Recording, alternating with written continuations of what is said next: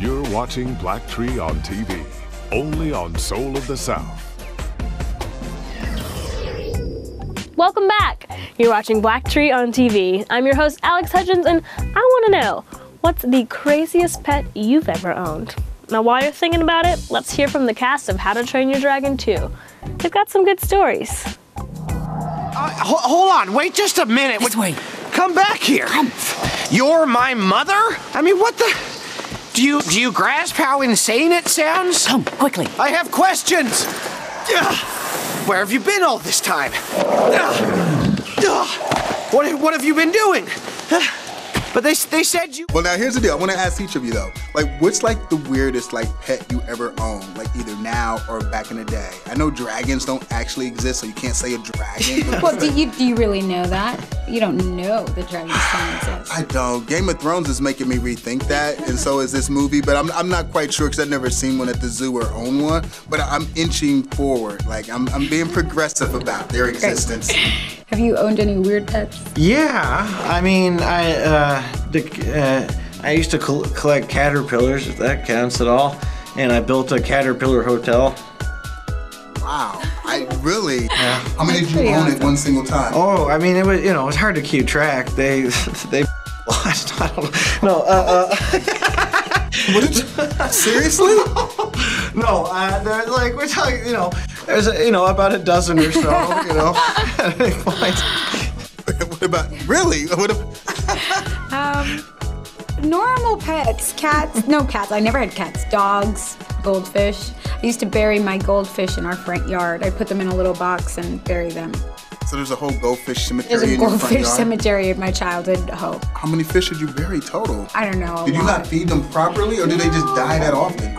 She bought them so she could bury them. She's messed. Awful. He's dark. He's very dark. It's awful. You never saw the Cosby Show episode where it's a traumatic thing, dude. Come on. I would love to have a pet dragon. How cool is Toothless? And how much fun would it be to ride around on him? Okay, but you know what else is fun though and realistic? The red carpet. Let's check out how it all went down at the world premiere of 22 Jump Street.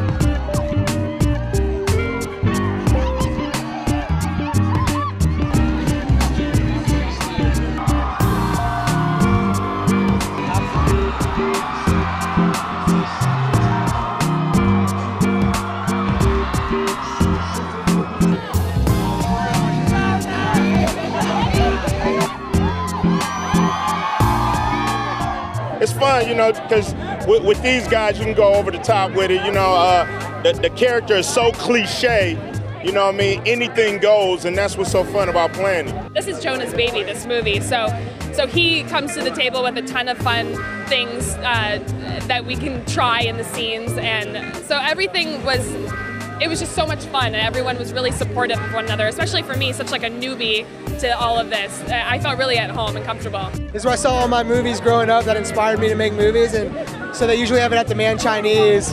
He's just photobombing Wriggle right now.